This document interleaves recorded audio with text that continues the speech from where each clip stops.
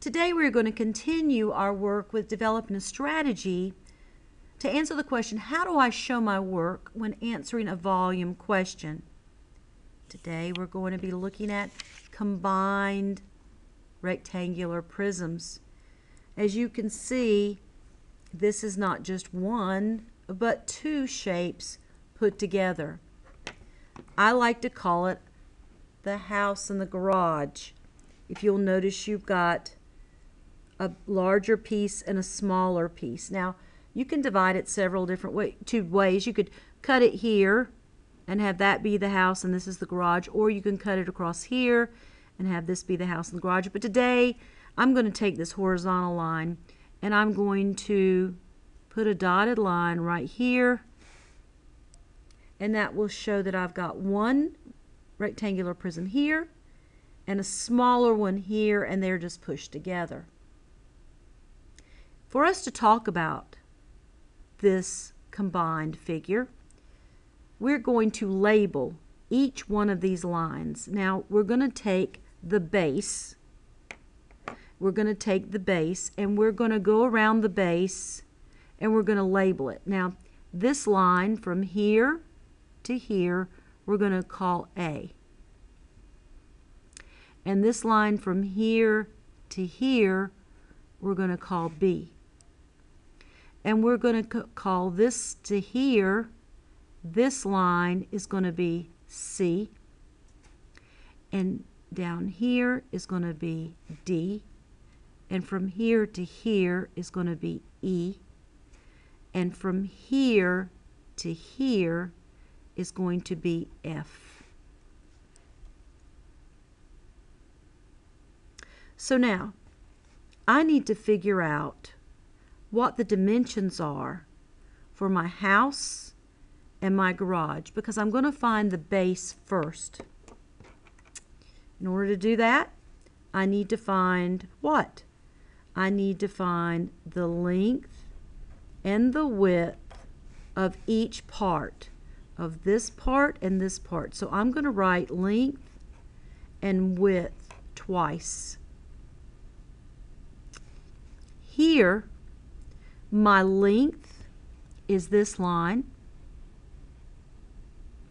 and my width is this line.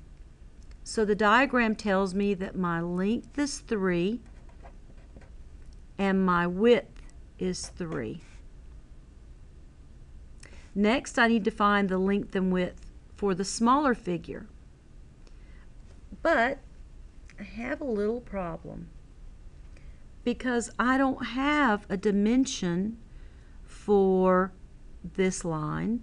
I do have a dimension for this line. So the length is going to be 2. But there's no number here for me. What can I do? Well, I know that if I were to take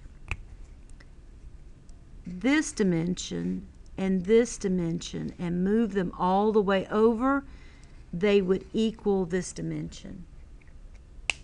So that means that, and I'm going to write this over here so I can think, this line B plus this line D equals F.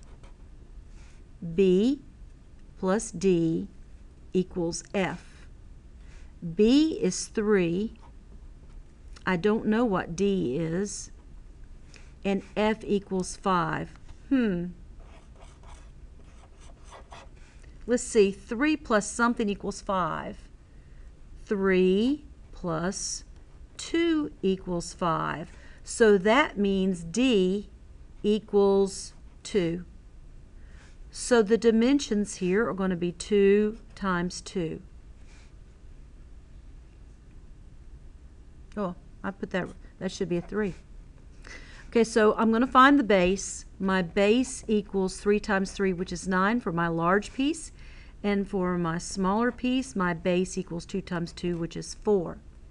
Now, the last step is I need to find my layers. How many layers do I have? Well, I'm going to look on the side, and they're stacked on top of each other. This is a layer, and this is a layer. So I have 2 layers. Now I can go my base times my height. So base times height is going to show 9 times 2, which is 18. That's for my top piece. And for my bottom piece, a smaller piece, it's going to be base times height, which is 4 times 2, because the height is the same, and 4 times 2 is 8. So now I have 18 and 8, and I can add those two together, and 8 plus 8 is 16. Care of your 1. So I've got 26 cubic units, whatever it is, cubits squared, okay? So that's how I find the volume of combined figures.